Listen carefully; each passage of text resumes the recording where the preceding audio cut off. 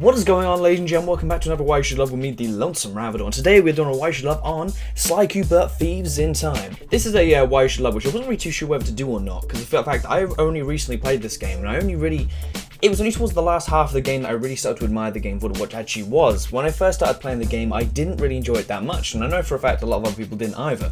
And I'm not too sure if many people did actually share the same opinion as me and actually liking it as they got further through the game. But when it finally comes to the last half of the game, I actually truly fell in love with the game. I really do respect this as a Sly Cooper sequel. So without further ado, with that known to you guys, so you guys know as to my side of the story, I suppose, let me show you guys as to why you should love this game. Let's start with my first point. Point number one, so obviously we're going to talk about, as you guys know, I adore my voice actors. So when it comes down to Sly Cooper games, I was happy to see they brought back the original trio of Sly, Bentley, and Murray. Not bringing back Dimitri, because obviously Dimitri doesn't actually talk the entire way through the game, but that doesn't really matter. But Dimitri, I love that voice actor nonetheless. Forgotten what his name is that plays Dimitri, but I'm not too sure. But anyway, but yeah, so the original three people come back, as in the person that plays Sly, the person that plays Bentley, and the person that plays Murray. All of them coming back for their original roles. And they also introduced some other good actors, voice actors. They introduced Nolan North as well, which is you guys know that I absolutely adore Nolan North. And to be fair, as soon as they put him in the game, that kind of wins it over for me anyway. But it was lovely to see they revamped their roles and they enjoyed coming back as their original characters. And that was kind of a thing that was important to me, because I did think that they were the characters. They kind of were the people that needed to be the characters, if that makes sense, to make the game true, if that makes sense. But I don't know. But yeah, so that's kind of that was kind of an important point to me, which I truly started with. That was one point in which I guess I admired the entire way through the game, not just the last half. But nonetheless, I still that is a very good point as to why you should love the game if you're a big fan of the old ones. Anyway, let's move on to my second point. When it came down to Sly Cooper Thieves in Time actually being released, it was a long time between then and 3. Obviously with the jumper consoles as well from PS2 to PS3, there's a big time gap in which 3 was released and Thieves in Time was released. I mean, they even revamped 1, 2, and 3 onto HD collection, and then teased number 4 coming out, which is Thieves in Time, on the actual disc. That's how big of a time there was, and on that teaser trailer there was hardly anything shown for what the actual game was going to be. And it's kind of crazy as to how big the gap was, and a lot of fans were desperately waiting for the game, and I don't believe that many were disappointed. I mean, some of them may have been disappointed, but so I was partially. But I mean, it was a long-awaited sequel, and I was happy with what the outcome was. I mean, to be fair, when it comes down to a game being released again, and it wasn't even covered by Sucker Punch this time, which is probably an aspect in which they kind of missed.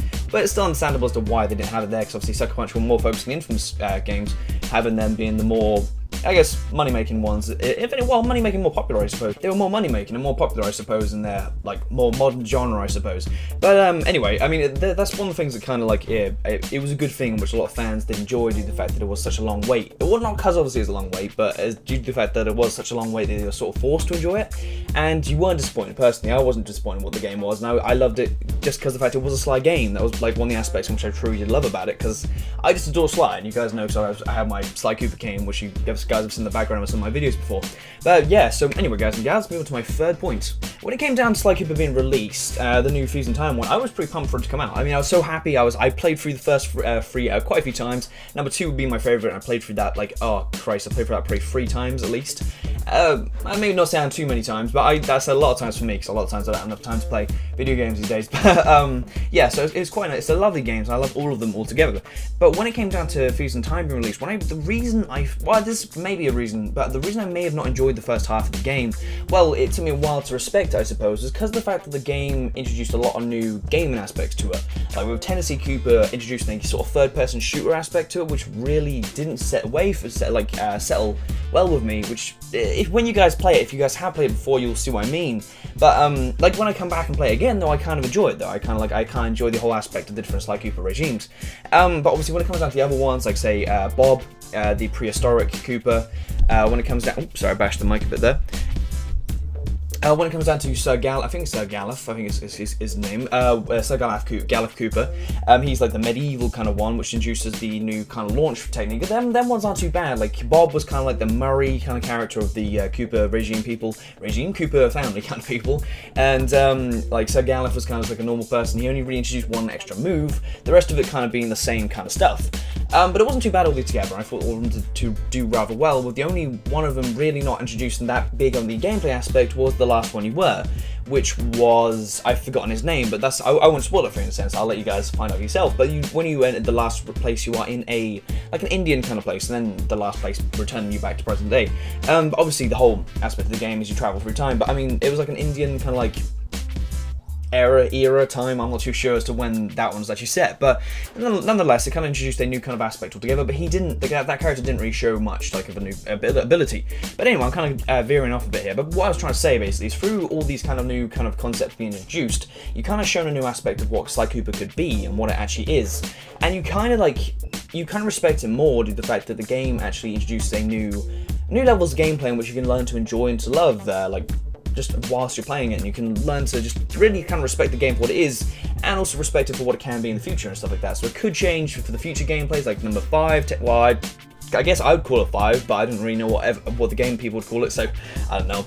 Maybe Sucker Punch would come back, but I mean, it's like they've introduced new gameplay aspects, and it kind of shows that there could be more things which Sly Cooper could explore together. But anyway, so basically in a gist, basically the new gameplay aspect to Thieves in Time kind of introduces a new enjoyable kind of gameplay aspect behind Sly Cooper altogether. So you know, it does give you something which you can enjoy through the game just through that, and surely in the future, like as the games kind of change, it could change into something better. Like the game itself could become something more incredible or something more different, or it could go even worse. I don't know how that would be perceived, but how I can really perceive that, because obviously I'm not too sure as to how they're sort of viewing the next game. But I guess in a sense, like through the different changes in this one, which never really were that bad, they just kind of weren't used enough to be fully explored properly. But nonetheless, I'd say like that is a reason to love it still, because it's a new aspect behind the entire game. They just may have kind of missed some aspects behind some of the new aspects, if that makes sense. So the little details in the bigger details, which could have been changed to make it a bit better. But that's what I'm saying. Anyway, so move on to my 4th point. So point number 4, I have to admit, when it comes down to the Sly Cooper storyline, or when it comes down to the Thieves in Time game, a lot of people kind of missed out on what the actual game, the storyline was kind of perceived altogether. Obviously, you were introduced the whole like family tree of Coopers, which is all well and good, but one twist within the storyline really does kind of break the entire storyline's kind of, well, the goal of this Cooper gang, I suppose. So a lot of people didn't really enjoy that twist. A lot of people kind of complained, didn't really enjoy it due to the fact it kind of did spoil the whole feeling behind maybe a couple of the other games. I'm not going to say anything too much, but if you guys know what it is, then you guys understand what I mean. But it does kind of spoil a bit like the feeling more about the old games than the actual game we're in at the moment. Because I guess in a sense, this one, in a sense, like in the way you can sort of view this to love the game, but also understand as to why they did this kind of change, is they built the storyline quite well.